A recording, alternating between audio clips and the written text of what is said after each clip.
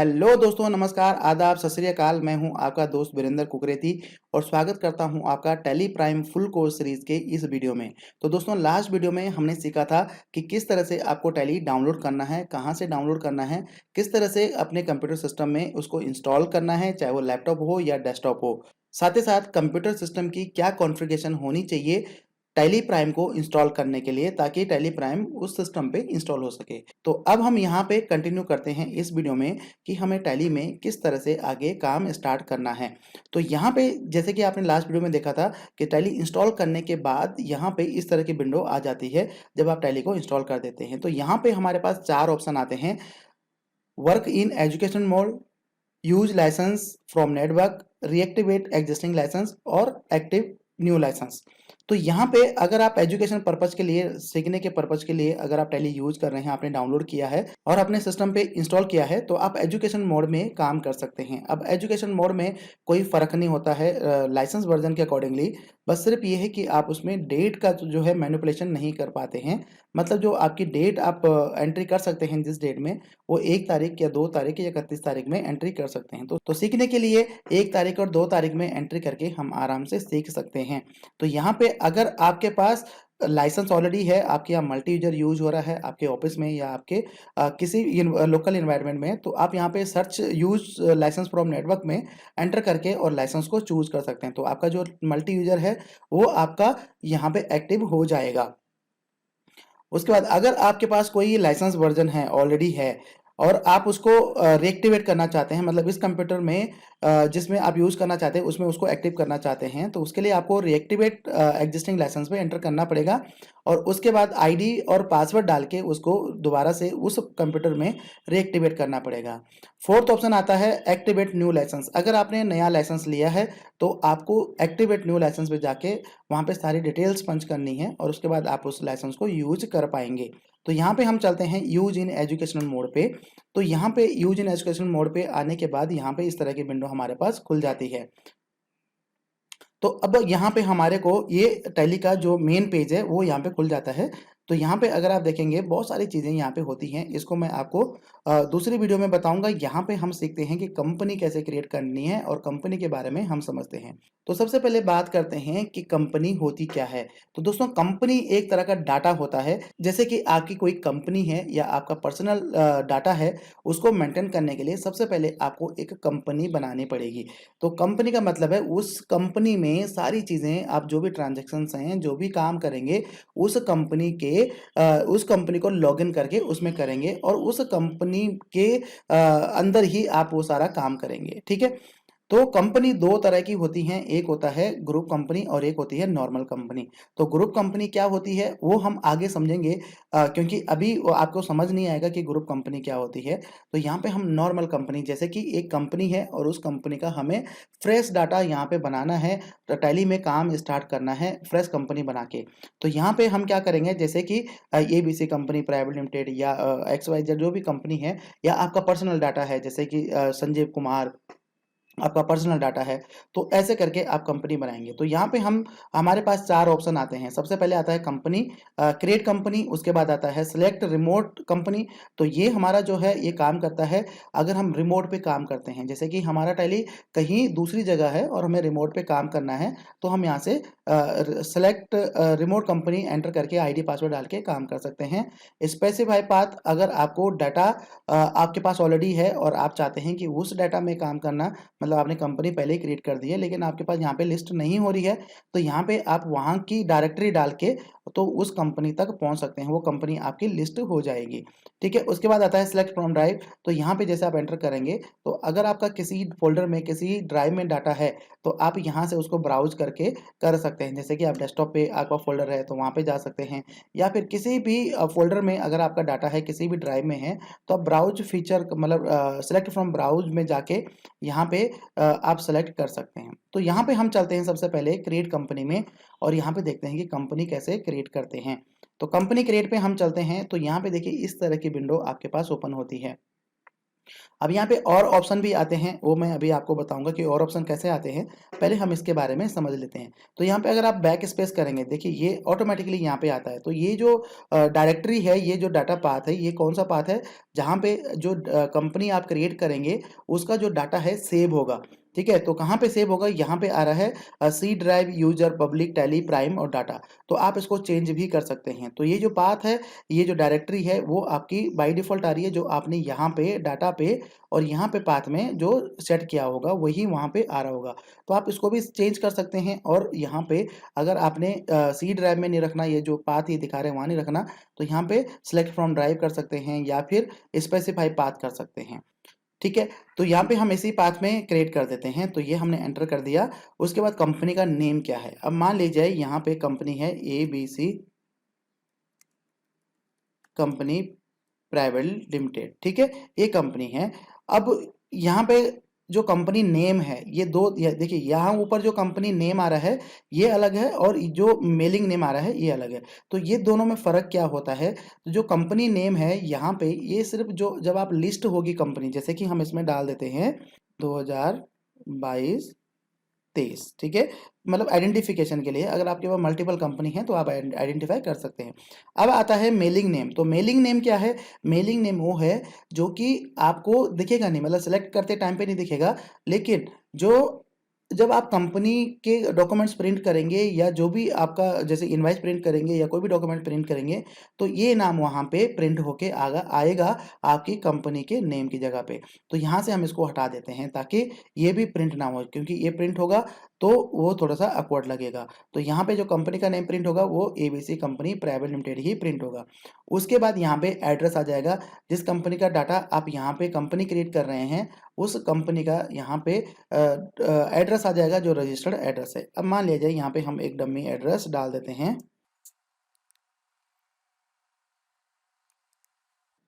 ठीक है जी, ये हमने एड्रेस डाल दिया। तो इसको मल्टीपल लाइन में, जितना भी अगर आपका बड़ा एड्रेस है तो आप मल्टीपल लाइन में डाल सकते हैं। उसके बाद आ जाता है कि कौन सा स्टेट है। तो स्टेट हमारा कौन सा है, जैसे कि हमारा है दिल्ली, तो यहाँ पे हम दिल्ली डाल देते हैं। उसके बाद ये कंट्री यहाँ पे ऑटोमेटिकली ले लेता है और आपका जो पिन कोड है वो आपने यहाँ पे डालना है। अब मान लीजिए हमारा पिन कोड ये है।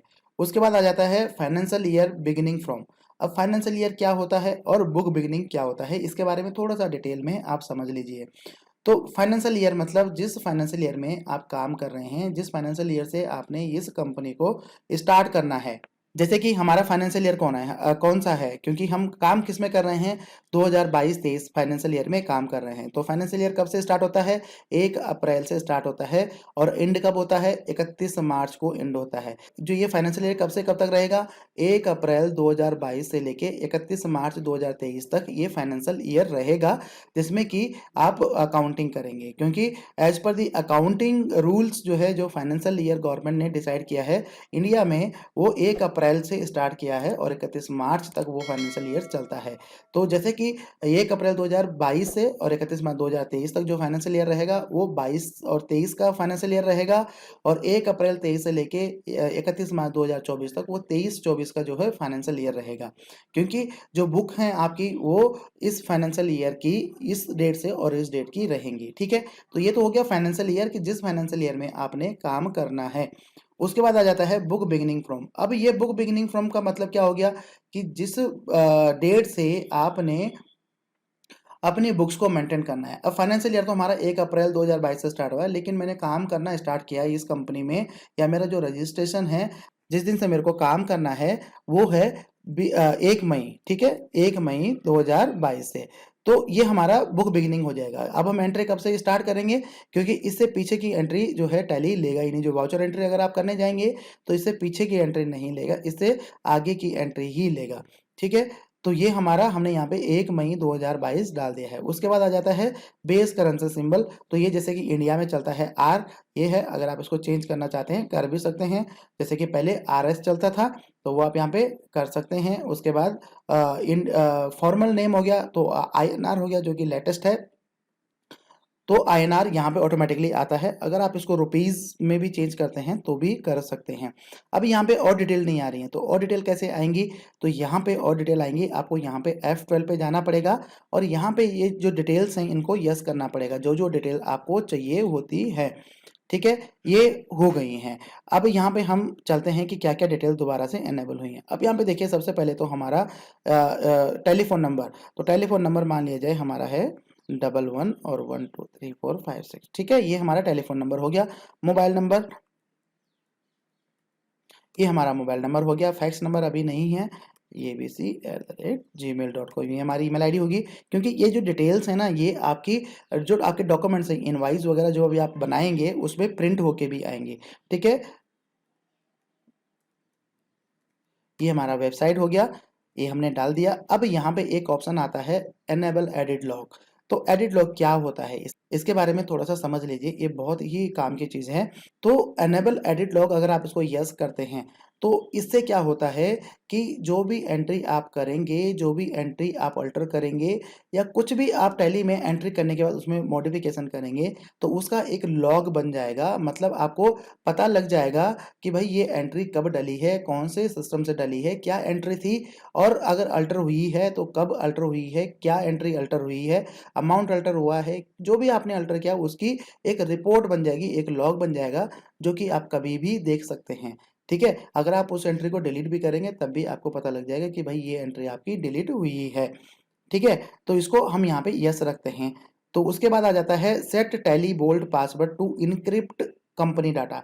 अब ये क्या है, ये सिक्योरिटी में आ जाता है। तो ये सिक्योरिटी में आने के साथ साथ ये जो है एक कॉन्फिडेंशियल अगर आपका डाटा है तो उसको उसके लिए आप इसको यस कर सकते हैं। इससे क्या होता है कि जो भी आपके कंप्यूटर सिस्टम में बैठेगा या जो भी वो डाटा अगर कोई लेके जाता है या किसी को कोई आपका डाटा चोरी करता है या कुछ भी हो जाता है तो उसको ये डाटा ना उसको इस कंपनी का जो है डिटेल्स यहाँ पे दिखेंगे नहीं कि भाई ये कौन सी कंपनी का डाटा है। सिर्फ कंपनी का नंबर दिखेगा, जैसे कि 1001 1002 इस तरह से कंपनी का नंबर दिखेगा, वहां पे कंपनी का नेम नहीं दिखेगा।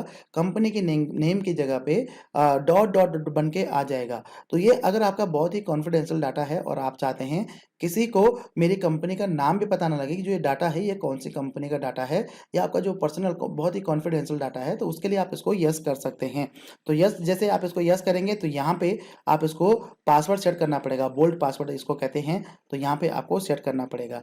तो ये मैं आपको यहाँ पे ये भी करके दिखा देता हूँ,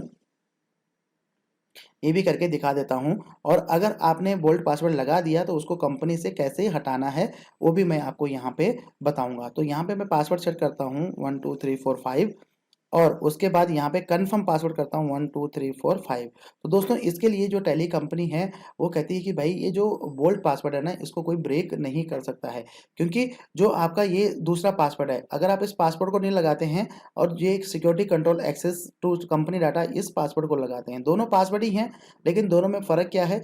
ये आपका बोल्ड पासवर्ड है जिसमें कि आपको कंपनी विजिबल नहीं होगी, कंपनी का नाम विजिबल नहीं होगा। और इसमें जो ये नॉर्मल पासवर्ड है इसमें कंपनी का नाम विजिबल होगा लेकिन कंपनी पासवर्ड प्रोटेक्टेड रहेगी। ठीक है, तो आप दोनों भी यस कर सकते हैं और आप चाहते हैं कि भाई एक को यस करना है तो एक को भी यस कर सकते हैं। तो यहाँ पे मैं फिलहाल के लिए दोनों यस कर देता हूँ ताकि आपको ज़्यादा समझ आ जाए। तो ये हो गया और यहाँ पे हम इसको यस कर देते हैं और यहाँ पे यूज़र नेम एडमिनिस्ट्रेटर का यूज़र नेम डाल देते हैं। उसके बाद पासवर्ड डाल देते हैं 12345 एंड यहाँ पे भी 12345 हम इसको डाल देते हैं। ठीक है, अब यहाँ पे आपको वार्निंग मैसेज भी दे रहा है, forget your password you render your data inaccessible. अगर आप ये पासवर्ड भूल जाते हैं तो आप अपना डाटा एक्सेस नहीं कर सकते हैं। तो ये जो पासवर्ड आप यहाँ पे सेट कर रहे हैं ये एडमिन का पासवर्ड है। ठीक है, इस पासवर्ड में इस यूजर आईडी पासवर्ड में सारे राइट्स होंगे। अगर और यूजर भी क्रिएट करने हैं तो उसके लिए आपको इसी पासवर्ड से ही लॉगिन करना पड़ेगा, या कंपनी को अल्टर करना है, इस कंपनी डिटेल्स को अल्टर करना है तो आपको इस पासवर्ड से लॉगिन करना पड़ेगा। अगर आपने यूजर्स बनाने और भी यूजर्स बनाने तो उस कंपनी से इस कंपनी के इस डाटा इस आईडी पासवर्ड से आपको लॉगिन करना पड़ेगा। उसके बाद आ जाता है एनेबल एडिट फीचर, तो इसको भी आपने यस करना है अगर आप चाहते हैं कि अगर आपकी कंपनी में जो आपके ऑडिट फीचर्स हैं, जैसे कि आपका कोई ऑडिटर है, आप चाहते हैं कि भाई उस इस डाटा को ऑडिट करे, तो जब तक आप ये फीचर को एनेबल नहीं करेंगे तब तक आपको ऑडिट के फीचर नहीं एनेबल होंगे। तो इसको हम एनेबल कर देते हैं। उसके बाद यहाँ पे आता है disallow opening in education mode. तो अगर आप इस ऑप्शन को अलाउ कर देते हैं, यस कर देते हैं, तो जो आपका ये डाटा है ये आपका एजुकेशन वर्जन में ओपन नहीं होगा। ठीक है, तो ये भी एक तरह से सिक्योरिटी ऑप्शन ही है। तो इसको हम यहाँ पे नो रखते हैं क्योंकि हम अभी काम किस में कर रहे हैं, एजुकेशन वर्जन में काम कर रहे हैं। ठीक है, तो इसको हम यहाँ पे नो रखते हैं। उसके बाद यहाँ पे आ जाता है सिंबल हो गया और सुफिक्स हो गया। अमाउंट में सुफिक्स और प्रीफिक्स आप ऐड कर सकते हैं। जो सुफिक्स सिंबल्स हैं इन अमाउंट में उसको ऐड कर सकते हैं। Add space between amount and symbol, तो इसको यस कर दीजिए ताकि जो आपका स्पेस है अमाउंट और सिंबल के बीच में, जैसे कि सिंबल कौन सा है हमारा, सिंबल है हमारा आर, तो इसके बीच में थोड़ा सा गैप रहेगा।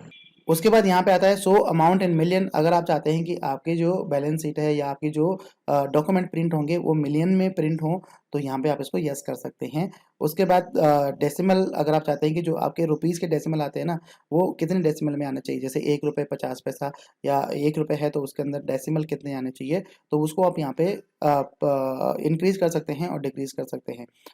ठीक है, तो यहाँ पे आप 2 3 4 जो भी आपने रखने हैं रख सकते हैं। उसके बाद world presenting amount after decimal, तो आफ्टर डेसिमल कैसे, जब अमाउंट इन वर्ल्ड आएगा तो उसके जो डेसिमल के बाद जो आपका अमाउंट रहेगा, जैसे कि 50 पैसा हो गया या 60 पैसा हो गया, वो कैसे काउंट, उसके आगे क्या लग, उसके पीछे क्या लगेगा, तो उसके पीछे पैसा ऑटोमेटिकली लिख के आएगा।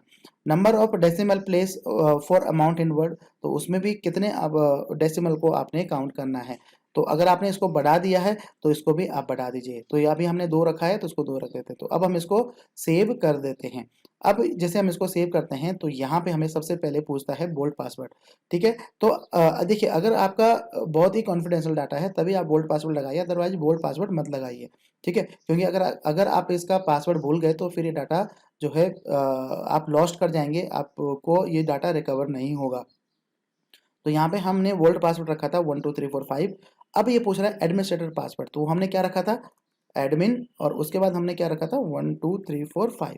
तो ये हमने बना दिया। अब ये कंपनी हमारी यहाँ पे क्रिएट हो गई है। अब यहाँ पे आ रहा है भाई कंपनी क्रिएटेड सक्सेसफुली। अब ये जो फीचर्स हैं कौन से इनेबल करने हैं कौन से नहीं करने, तो उसको हम बाद में समझेंगे। तो ये हमारी कंपनी जो है क्रिएट हो चुकी है, ये देखिए ये कंपनी क्रिएट हो चुकी है। अब यहाँ पे हम इस कंपनी को पहले सेट करते हैं, ये कंपनी दिख कैसे रही है। तो यहाँ पे देखिए, ये देखिए मैंने जैसे आपको बताया इस कंपनी में बोल्ड पासवर्ड लगा हुआ है, तो इस वजह से इस कंपनी का जो यहाँ पे है 10,000 दिख रहा है ये कंपनी का नंबर, लेकिन इसका जो नेम है नहीं दिख रहा है। अभी हमें नहीं पता कि ये जो कंपनी हमने क्रिएट की है, ये जो कंपनी है इसका नेम क्या है, कौन सी कंपनी का ये डाटा है। ठीक है, तो उसके लिए हमें या तो इसको, हमारे पास आईडी पासवर्ड होगा तब हम इसको एक्सेस कर पाएंगे। तो यहाँ पे बोल्ड पासवर्ड का यही फायदा है कि अगर आप बोल्ड पासवर्ड लगाते हैं तो ये चीज़ें जो है यहाँ पे हाइड हो जाएंगी। तो अब अगर आपने बोल्ड पासवर्ड लगा दिया तो उसको हटाना कैसे है वो भी मैं आपको यहाँ पे बता दूँ। तो सबसे पहले हमें क्या करना है, हमें यहाँ पे बोल्ड पासवर्ड से कंपनी को लॉगिन कर देना है। तो ये बोल्ड पासवर्ड से लॉगिन कर दिया। अब यहाँ पे एडमिनिस्ट्रेटर का पासवर्ड भी पूछ रहा है, क्योंकि एडमिनिस्ट्रेटर का पासवर्ड भी हमने यहाँ पे लगाया है। तो हमने लगाया एडमिन और 12345। तो ये कंपनी हमारी खुल गई। अब हमें क्या करना है, हमें बोल्ड पासवर्ड को हटाना है। तो यहाँ पे हमें कंपनी पे जाना है और कंपनी में जाने के बाद यहाँ पे हमें जाना है कंपनी वॉल्ट। तो कंपनी वॉल्ट पे हमें जाना है। तो यहाँ पे कंपनी हो गया और यहाँ पे करंट ओल्ड पासवर्ड हो गया, तो ओल्ड पासवर्ड 12345 हो गया। और उसके बाद पासवर्ड है तो यहाँ पे हम पासवर्ड नहीं रख रहे हैं, तो यहाँ पे हम इसको एंटर कर देंगे और इसको एक्सेप्ट कर देंगे। तो यहाँ पे आपको एरर, ये एक मैसेज दे रहा है, this will close all the open reports vouchers and masters without saving changes you might have made, are you sure you want alter the old password. तो हम इसको यस कर देते हैं। यस करते हैं तो ये बोल रहा है do you want to create a copy of A B C company private limited 10,000। तो इसको हम यस कर देते हैं। तो ये देखिए ये हमारी जो कंपनी है, ये हमारी जो है बोल्ड पासवर्ड इससे हट गया है। तो यहाँ पे आप देखेंगे, अब बोल्ड पासवर्ड का मतलब ये नहीं है कि भाई जो कंपनी आपने बनाई थी उसमें से ही हट जाएगा, उसमें से नहीं हटेगा। जैसे आप बोल्ड पासवर्ड हटाएँगे तो आपका जो एक नई कंपनी बन जाएगी और उस कंपनी में बोल्ड पासवर्ड नहीं आएगा, ठीक है? तो अब आपको इस कंपनी को हटा देना है और आप डायरेक्टली इस कंपनी में आगे काम स्टार्ट कर सकते हैं, ठीक है? तो इसने कॉपी करके दे दिया और जो कॉपी किया है उसमें से बोल्ड पासवर्ड को हटा दिया। तो जब बोल्ड पासवर्ड हटा दिया तो यहाँ पे हमें कंपनी का नाम शो कर रहा है और उसका कंपनी नंबर शो कर रहा है और फाइनेंशियल ईयर भी शो कर रहा है। तो उसको हम एंटर करते हैं। अब हमें जो हमारा नॉर्मल एडमिनिस्ट्रेटर का पासवर्ड है, एडमिन और 1 2 3 4 5, इससे हम इस कंपनी को लॉगिन कर सकते हैं। अब हमें बोल्ड पासवर्ड डालने की ज़रूरत नहीं है। ठीक है?